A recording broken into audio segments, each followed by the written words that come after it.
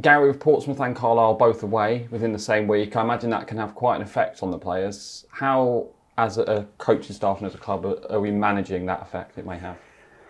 Yeah, we're trying to look after them as best we can. We always have travel. It's from where we are. It's it's something we have to contend with. But we speak to the players a lot. There's no excuses. We have to deal with it in the best way we can. I think it's something we can use as a positive. Spending that time together on buses, at hotels, can build a real togetherness, and that social aspect is, from that point of view, it's really good. From a physical point of view, it's difficult, but the players have to deal with it. They have to, look after themselves. Yesterday they had the day off where they would do their own recovery. Today we'll do a bit more recovery and start prep for Saturday.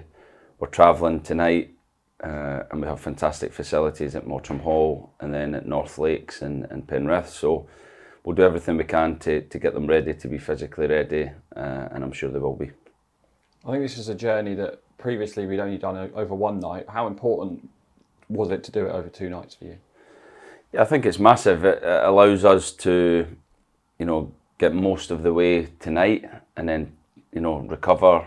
Tomorrow we can train, and then it's relatively short. It'll probably be about 3 hours from where we are, just outside Manchester, to get up to Penrith. So I think it's the best way we can. We could have flew, but that comes at a huge cost. I think this way, in terms of the cost and obviously the right preparation for the players, it's the best way.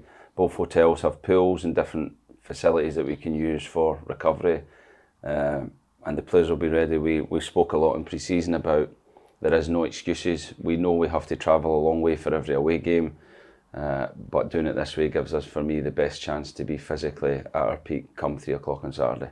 In terms of fitness of players, I know James Scott looked like he picked up a knock on Tuesday. How is he and any other players from Tuesday night?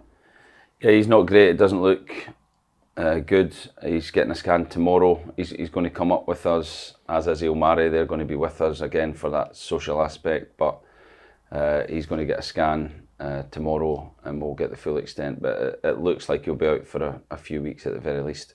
So Ilmari joined us last week. How close are we to those legalities being confirmed and him able to play? That's a good question. I don't know is the answer. We are day by day.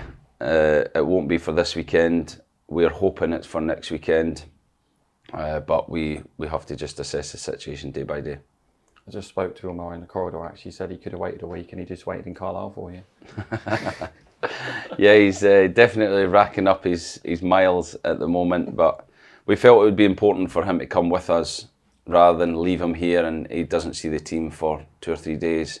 It would be important that he comes with us. It is a lot of travel for him, but at least he can spend time with his new teammates, he can train with us, and he can obviously see the game. So it will be good to get him integrated that way, and we're really looking forward to getting him on the pitch as well. I know a lot of players might read a book or play games or just socialise on a long coach journey like this. What do you do? That's a good question as well. You're on fire today, Craig. Yeah, I do different things. We'll maybe watch some games and prep for training and stuff like that. We sometimes play some cards, sometimes play it with the players. We've had some quizzes on the bus, which is good. But yeah, we're trying to do, because we're spending hours together on that bus, try and do things where we can do it together, because I think in the modern world it's very easy to stick your headphones on and watch something on Netflix or Amazon or whatever, but we try to do things where we're together on that bus and we have that social aspect. Carlisle drew 1-1 with Wigan on Tuesday night. Does that play into your hand? Have you spoken to your mate Sean Maloney about that game? I have not spoke to Sean. I spoke to Graham on the way back on Tuesday night for a little debrief of the game, and then I watched the game yesterday and other games. So we're fully prepared. We know what to expect. We will debrief on Portsmouth this morning, and then we'll do some bits in training, and then tomorrow the main focus will go to Carlisle and how we're going to go about winning the game. Obviously, without needing to give anything away, you know where it went wrong on Tuesday. Do you know exactly what you need to do to make sure those mistakes don't happen again this weekend? Yeah, we just had a meeting with the staff, and I said some words after the game to the players that you know, sometimes in the heat of the moment you can say some things, and then you analyse the game and you speak to the players and you maybe take some things back, or you analyse it differently. But I feel like I was pretty clear after the game what went wrong, and after watching the game again, that hasn't changed. I think what's important for me is the players understand that together, and I need their feedback and their feelings from the game and how they felt during the game. For me, the biggest thing was first half, we didn't look like Exeter City, or the Exeter City that I want to see. And I want to know the reasons for that, and we need to find a way that doesn't happen again. But I thought second half we were better. We didn't play great, but at least we tried to do the things that we had been working on. I felt like first half we really played within ourselves and didn't look like the team that I know we can be. So we have to find a solution for that together. We have to understand why that happened and put it behind us. It's you know, it's a game that we've lost. We've started the season pretty well. There's no big crisis, but I want us to really develop every game, whether we win or lose. I want us to develop and improve all the way through this season. And in games that you lose, you still have to look at these difficult things and discuss these difficult things and find solutions to them to make us better. Just finally, 530 supporters went to Portsmouth on Tuesday night, which was an excellent turnout. I think we're at 260 for Carlisle.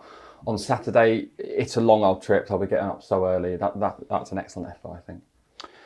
Yeah, it's amazing. Our supporters are amazing. We have to travel a long way and play, but also our supporters have to travel a long way at their own cost to watch us. So it's remarkable what they do. I spoke to Lee, our bus driver, who's taken the weekend off for us this week, but he told me he's taken a group of supporters leaving at 5 o'clock in the morning to get up on a Saturday. So the dedication they show, we can never almost pay that back. What we want to do is give them a performance and a team they can be proud of.